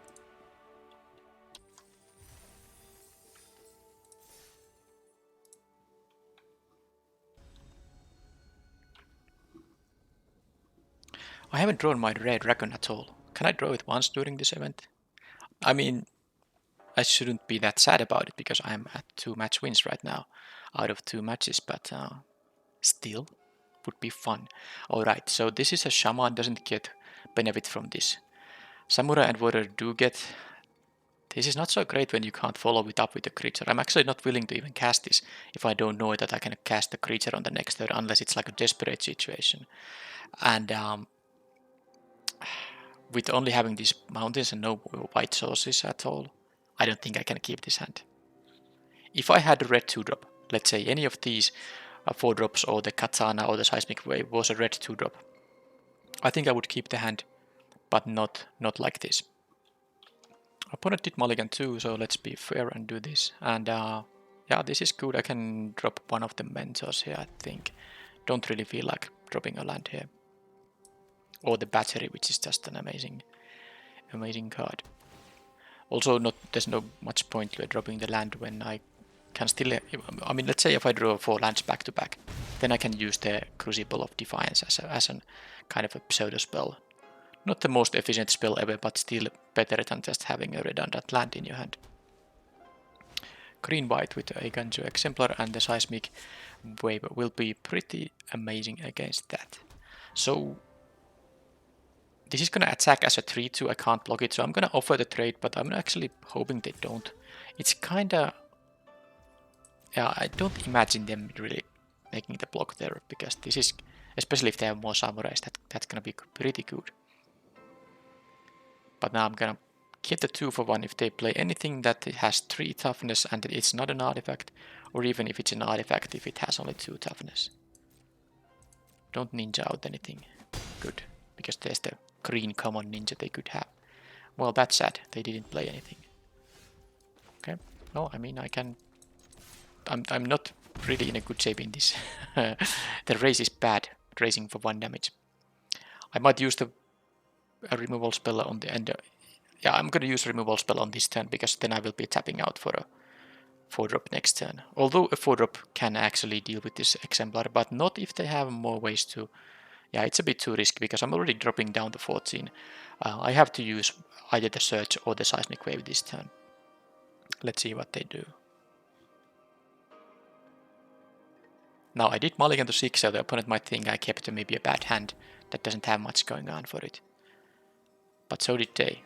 Them having no drop on the previous turn is probably because they kept any kind of a 6 card hand that at least had a 2-drop here. Oh, a 3rd color. Well, don't know what that means. The long reach of night. That is annoying. Alright, so I don't really want to sacrifice my battery. I have to discard a card, but I don't want to discard my 4th land either.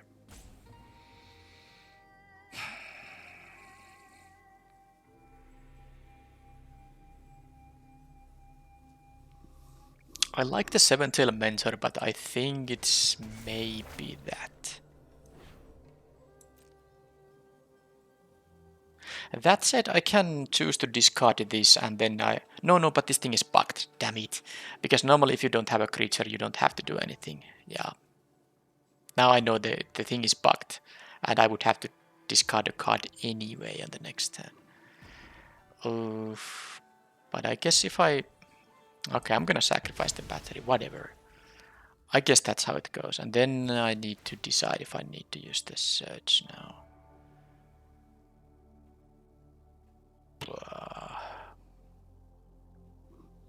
I mean, if this wasn't bugged, I would just not play a creature here. I could play this, targeting the player even. I mean, I guess but this will deal 3 damage to non-artifact creatures. This is gonna deal only 2 unless I sacrifice an artifact, and I don't really have any good artifacts to sack.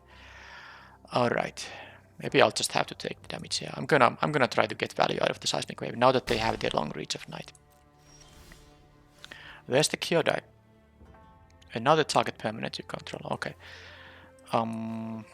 So let's start with the Scrapyard Steelbreaker, I think. And then I have to I think discard a Voltage Search. Yeah, I try to get value out of this, and I want to have my creatures so they can do something.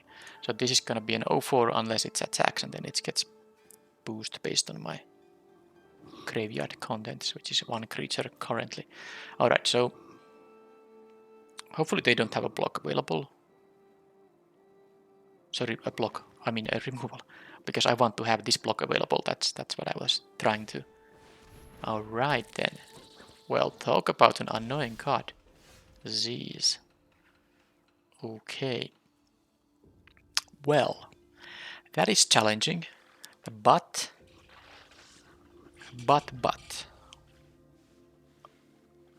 I guess it's still fine-ish if they don't really have anything.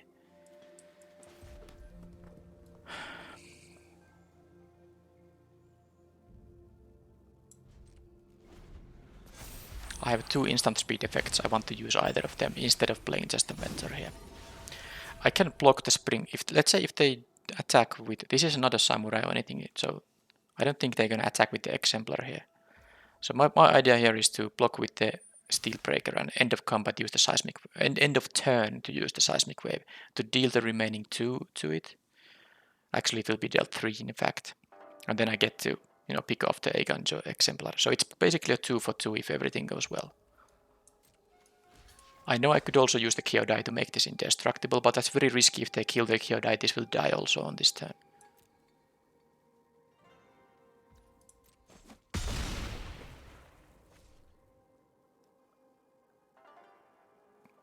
Maybe they play more 1 toughness non-artifact creatures. That would be amazing. If they have a... Yeah, well... I guess this deals... Yeah, this targets 2 things.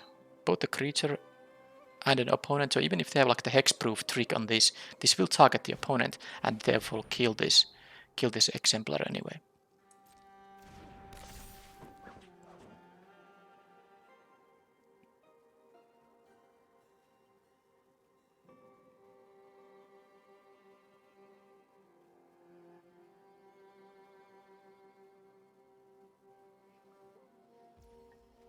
But of course, if that happens, it's gonna be really horrible, because then it means they still have the 6/5 around. But now I got to deal with it. And then they can... This doesn't do anything yet, I mean in terms of destroying artifacts or enchantments, so I can just... guess I'll just play this now. They have this Menace attacker though.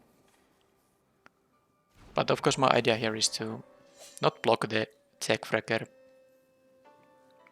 and then block it on the next turn. I will take 3 damage now.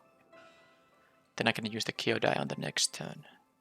I mean, block the 1/3 Death Toucher and make it indestructible.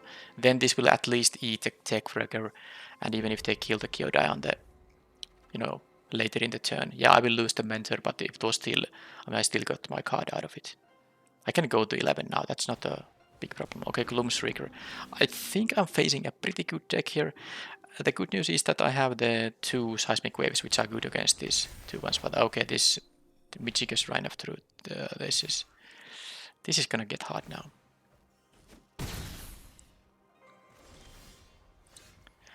Okay, well that's an answer to that. Well, it's also... You can do this Avenger thing, return stuff. It has menace, but I guess I can double But the sad thing is that they're gonna get the pump off on it. This intervention won't be doing much. Okay, I don't think I'm in a good shape because they can use the ninja again, which gets them value. So basically when they deal combat damage to me, well, first of all it's 6 damage and I'm at 9 life. Second of all, they get a permanent card from their graveyard. So in this case the Eiganjo Exemplar, but that's already, I mean, given the life total situation, I can't really let them build up any wider board. This is a ninjutsu of only 4. So sadly this has many, so I have to double block it. It will be 5 power, so it will be able to kill the Kyodai. Which is making me very sad. I guess they can attack with multiple creatures. But yeah, this is not going to... Yeah, it's not great, because 2 of the guys have menace. I know I can use the intervention here.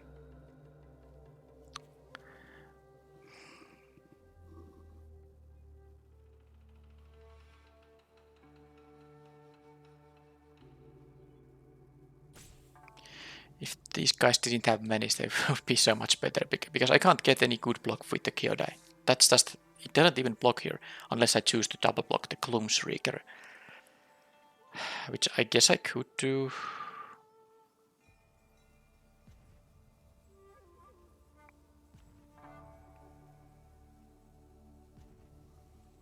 I don't know though, they can just ninja out this thing and yeah, I mean, I'm losing to Springleaf Avenger, because whatever happens, they're gonna get this thing, they get the 6-5 here.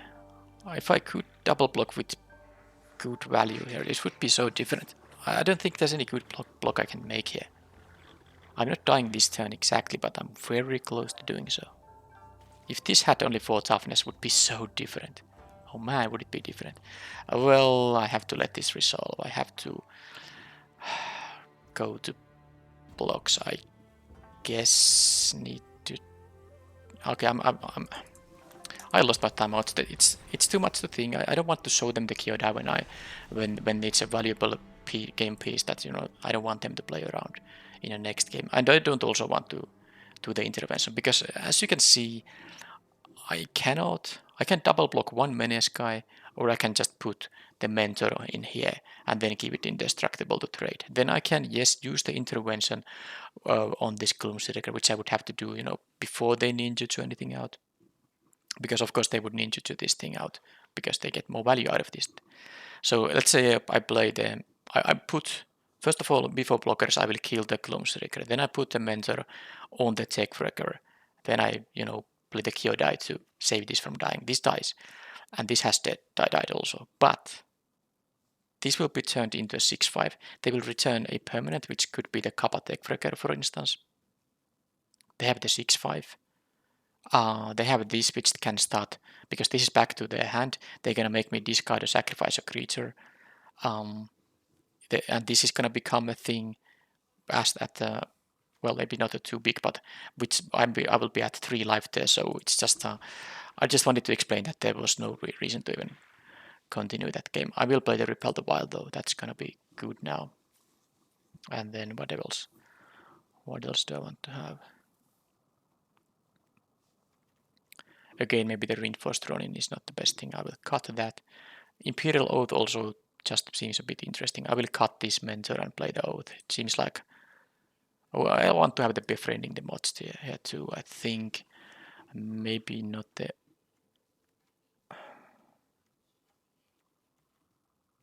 Don't like the Aki Emperor Keeper here too much, but I need to have also some cheap drops here. But it's not gonna do much against the red, also the green-white deck, I think. Okay, I will cut the Emperor Keeper. I will keep the Automaton, because I do have here some number of artifacts. If I can get like 2 counters on it, it's gonna be good enough. Okay, that's the deck. Alright. Damn, that green ninja is really... I mean, it's so big, and it's the ninjutsu cost is only 4, and it's a hard cast of 5. If I can play in limited a 5 mana 6-5, that's also... That would be also already good. Alright, so... this is interesting hand, because if I can... No, I need 2 lands here. 1 land allows me to play the katana and then equip this with the trigger, but... And of course the ninja's kunai. But if I don't draw quickly 2 more lands, this hand will be quite bad.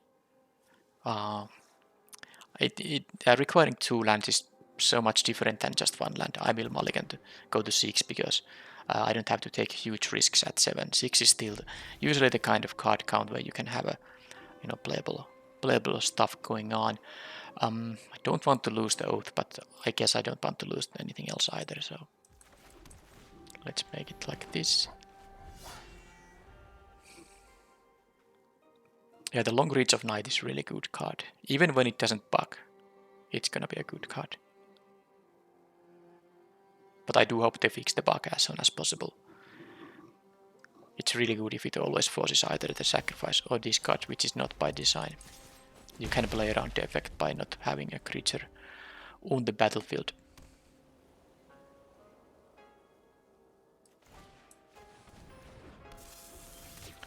Right. I could wait them to play with 1 toughness creature, but I could just, kill this. It's gonna be 2 and then 1 additional because it's not an artifact. So let's keep on attacking. I don't want it to stop my attacks here. And am I gonna play the Steelbreaker first? Okay, they have this thing. Well, they would have had 1 toughness creature. Oh well. I'll play the Steelbreaker, I think. I don't really know who I'm gonna give the counter to with the mentor here.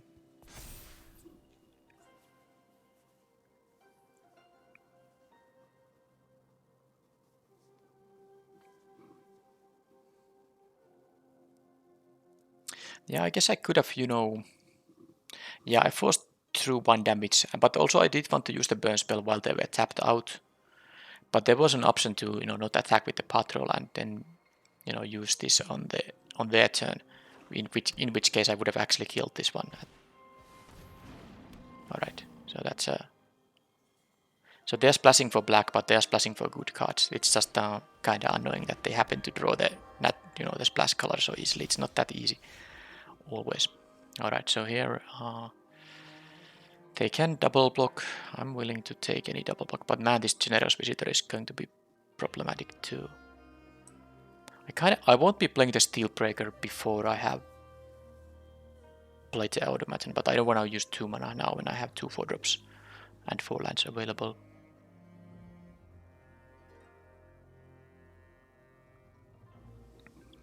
So I guess I'm gonna do this. If they have a ninja on the Gloomstreaker, I'm gonna die. But this is now, they have to block it with all if they want to kill it. So they are not gonna do that. They're gonna take 5 now. That's my game plan here. Try to raise them out, but they are. Wait a minute, what did they return with this thing? Because I don't. Or did they have the Generous Visitor in the graveyard and they returned that? Because I don't see any card in their hand right now.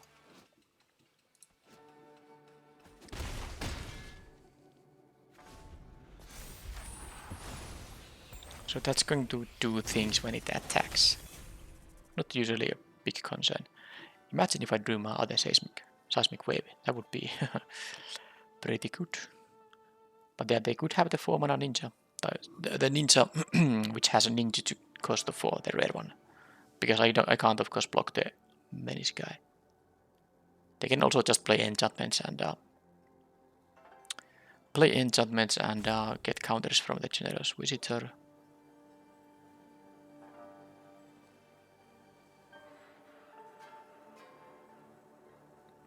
Yeah, opponent definitely has a good draw here. And yeah, if I played a bit differently, they might be at 13 life and this wouldn't exist. That would be the better outcome for me. But usually I just don't like to use burn spells when they have open mana, if there's an option to not, do it. I mean, if there's an option to use it when they are tapped out. So do they have a ninja here?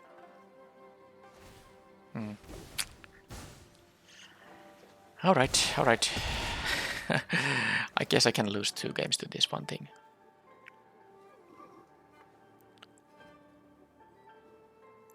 Unless I draw a seismic wave right now, because if I do, I get to kill the 2/2 and the 1/1s, and I get to attack for 7. But that's only happening in my dreams.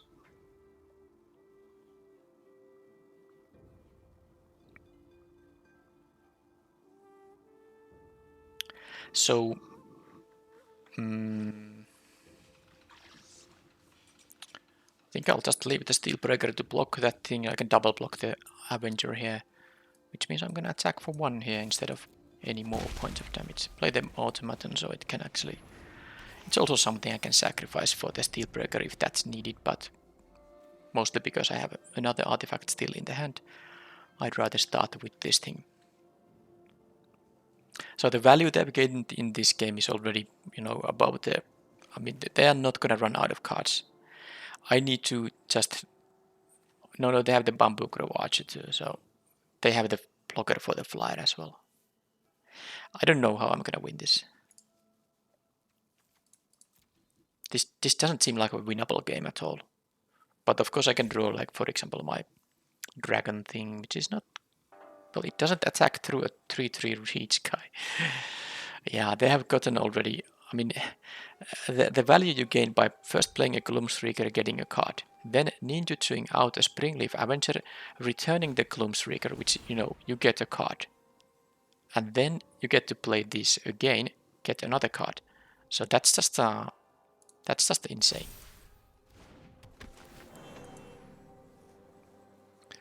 But they're gonna make the Avenger into like a very huge one.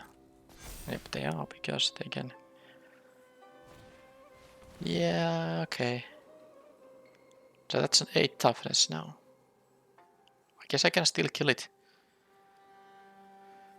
No, if they can... Alright.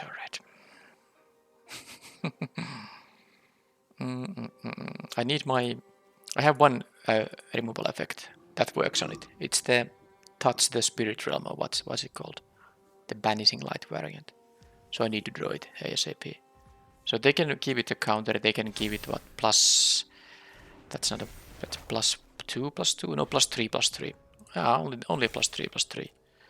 That's very nice. At least it doesn't trample, but I can't kill it now. There's no 11 points here, so... do I want to block with the Mentor? Give it a counter somewhere, because this will become a 2/2. If I draw more artifacts, it will become a bigger one.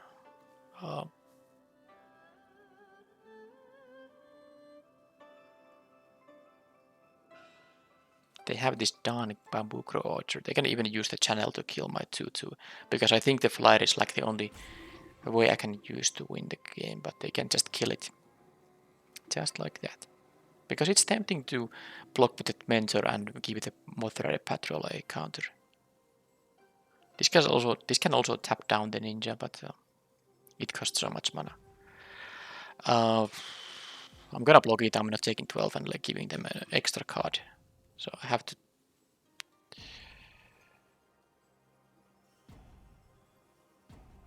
it's so tough. It's so tough, man. Let's do this. Now I need the Spirit Run thing. And that's not even... That's the first thing I need. Then I need a lot more after that. Kami's Flare is something that can kill the Bamboo Crow Archer, unless they choose to use the channel mode there. Alright, so... But I didn't draw the card I needed. This is gonna get another pump effect. +3 +3. Oh, I guess I can tap it down, but it's just sad that I can't play any spell in that case.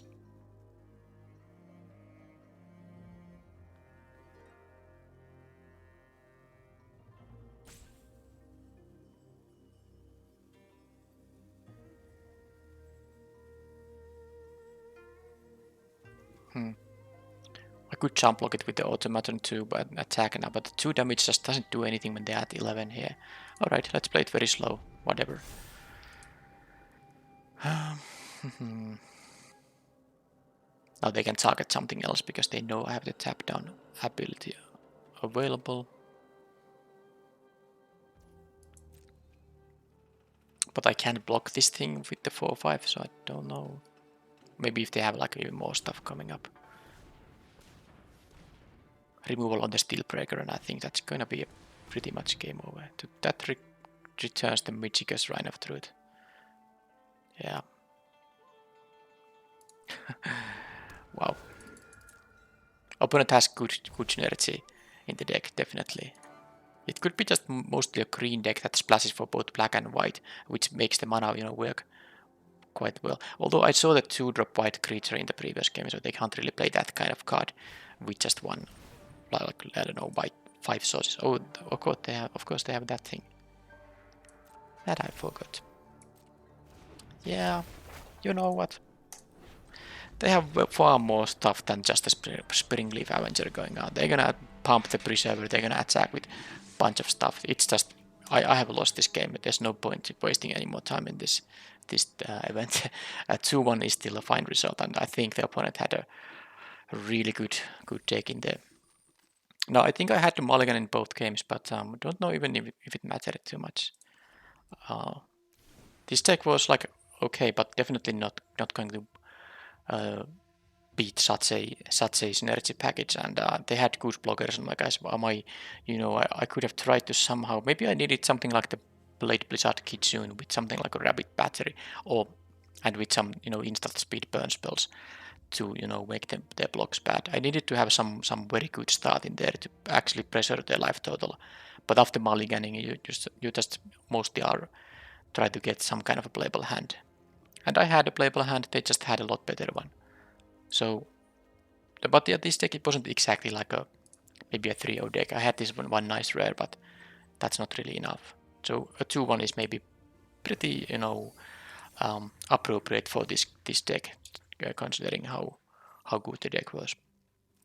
But yeah, the next draft will be a Premier draft. I will play this midweek Magic Phantom bot draft, but I'm not gonna record that. I'll just play it casually. It's not really, there's no stakes in there, and it's bot draft, which I don't really like. So the next video will be a Premier draft.